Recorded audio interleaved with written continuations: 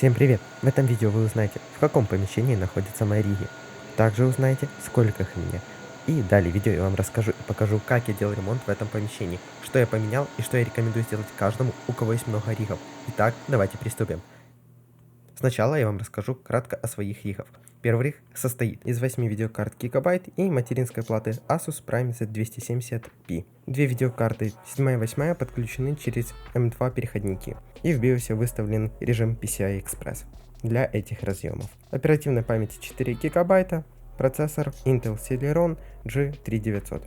Следующий риг состоит из 5 видеокарт Asus, вы уже ранее видели этот риг, когда я его чистил, и из материнской платы Asus Z170 Pro Gaming. Следующие два рига это по сути риги-близнецы, у них отличаются только видеокарты. Верхний риг это риг на видеокартах RX 580, нижний на видеокартах RX 570. Видеокарты Sapphire, материнские платы ASRock H81 Pro BTC. И следующий риг это здесь одна моя видеокарта RTX 3080, также вы ее видели из прошлого видео.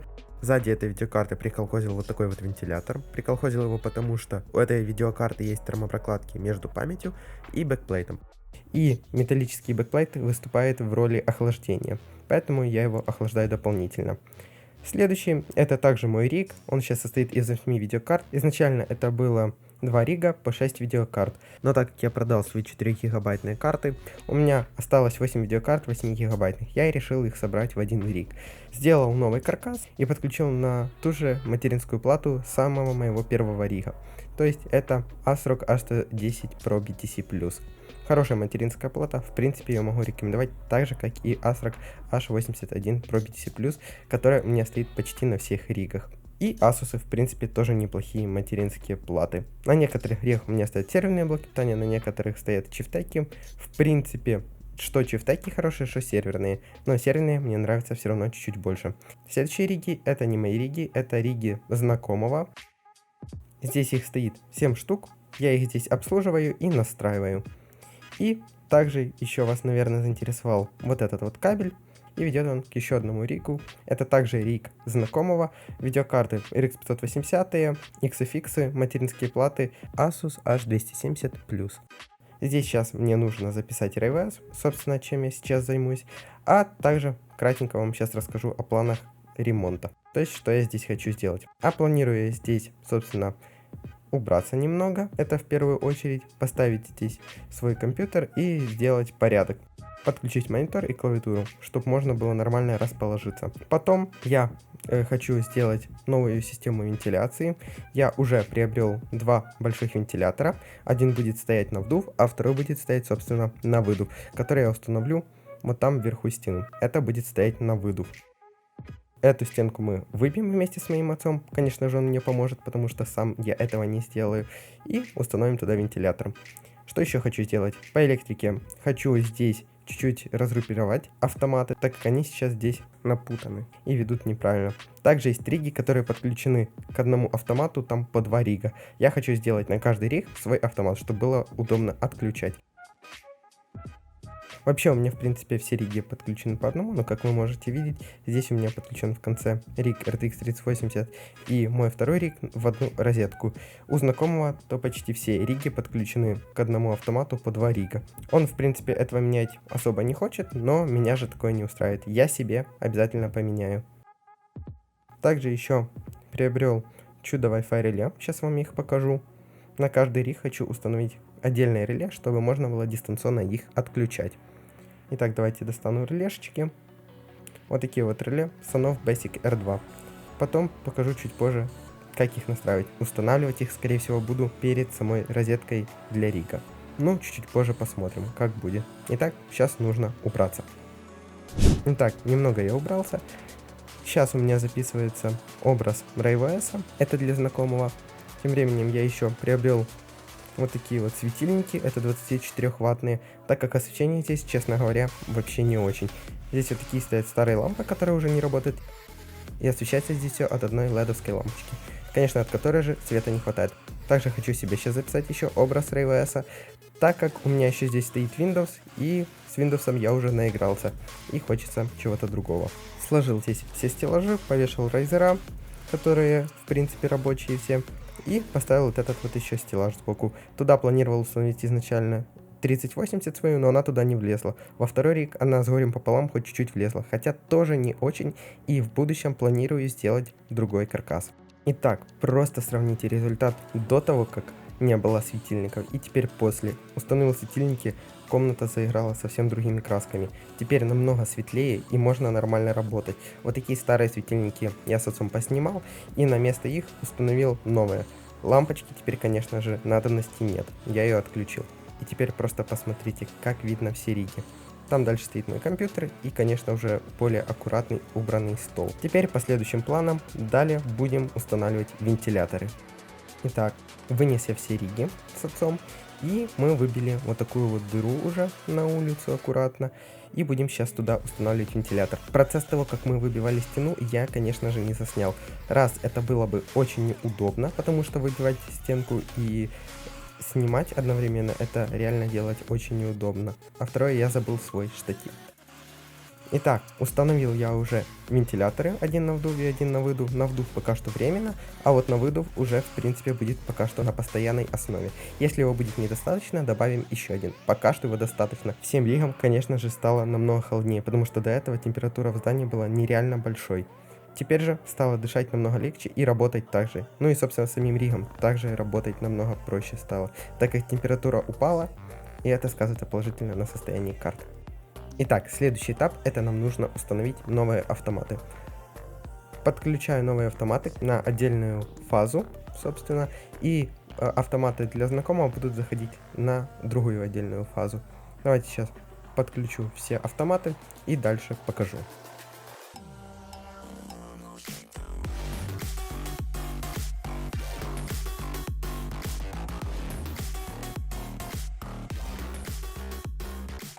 Итак, одну партию автоматов я уже установил на новую планку, которую прикрепил с отцом. И теперь устанавливаю вторую партию автоматов. Защелкиваем, защелка находится снизу, надеваем автомат и защелкиваем. Со вторым автоматом возникла небольшая проблема, там была немного повреждена защелка, но это я решил немного позже. Защелкиваем еще последний автомат и приступаем дальше. Итак, автоматы я все защелкнул. Теперь дальше. Соединяем их вот таким вот образом и выводим этот кабель отдельно. Итак, вот вы можете сейчас видеть, это у нас центральный автомат. И подключаю вот эти все провода на отдельную фазу. Еще один кабель, тоже нужно его подключить. То есть все сейчас подключаю на одну фазу, остальная часть будет на вторую фазу, и еще последняя часть будет на третью фазу. Все на отдельные фазы раскинул, примерно поровну, чтобы было. Закручиваю вот таким вот образом провода в автомате, и все. То есть они надежно уже закреплены. И буду дальше подключать остальные провода.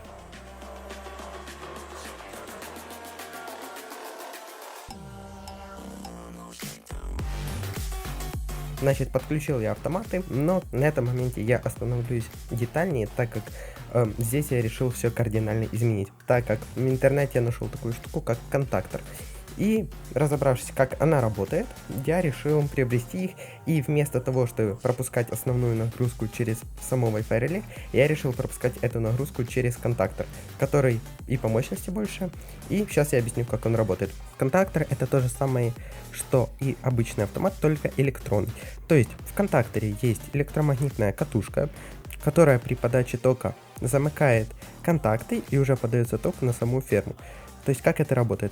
Когда мы включаем Wi-Fi реле, в нашем случае это SNOW Basic R2, подается ток на электромагнитную катушку, которая замыкает контакты, и уже ток, который идет с автомата, подается на контактор, и уже дальше через замкнутые контакты у нас подается ток дальше на саму ферму.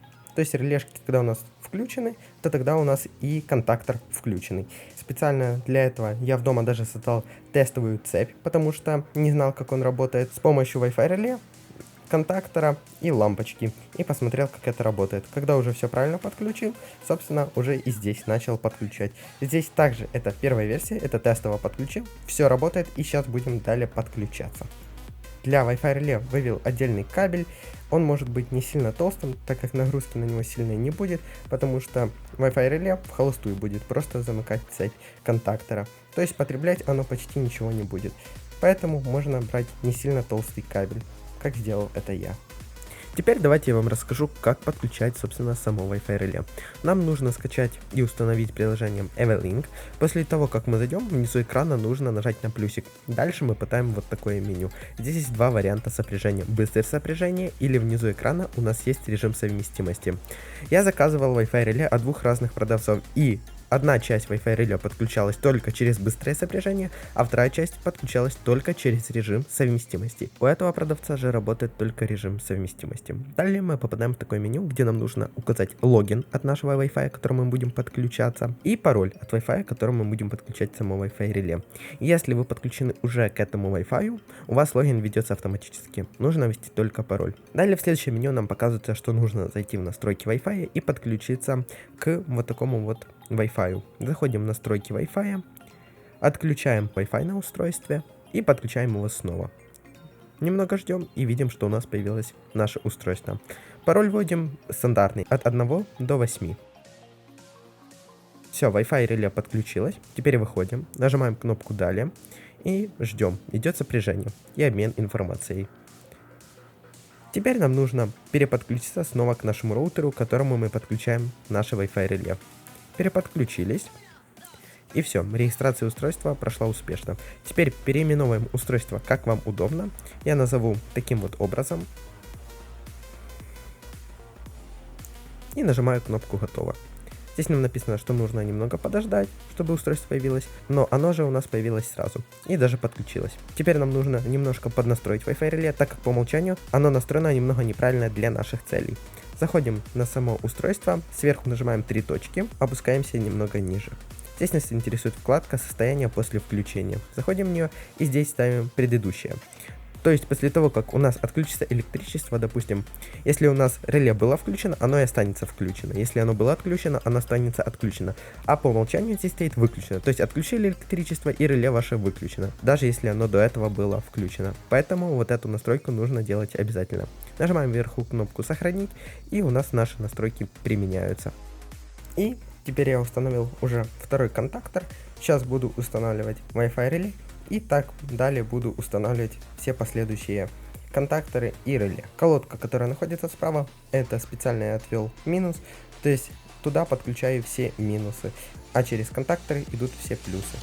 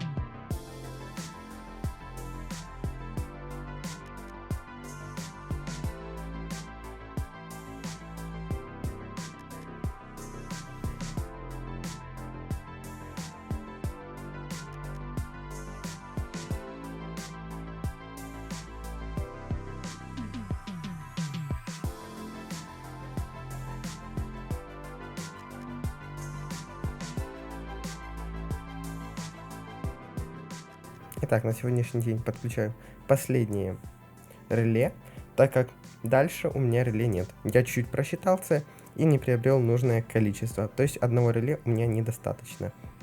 Поэтому приобрету и подключу его позже. И на этом, в принципе, все. Работа с реле и всей электроникой пока что завершена. Давайте теперь все запустим, вот как оно сейчас все выглядит, и давайте будем поочередно все запускать. Включаем вытяжки. Теперь включаем общий автомат.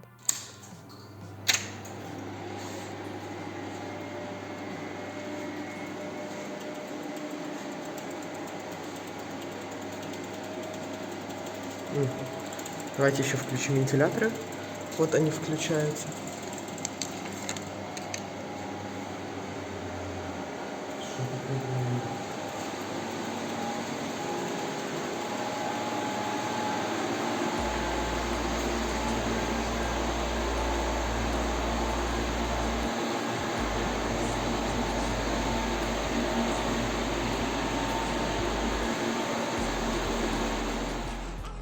А на этом наше видео подходит к концу. Всем спасибо за просмотр, ставим лайки, подписываемся и не забываем про колокольчик. Всем пока-пока и до скорых встреч в следующих видео.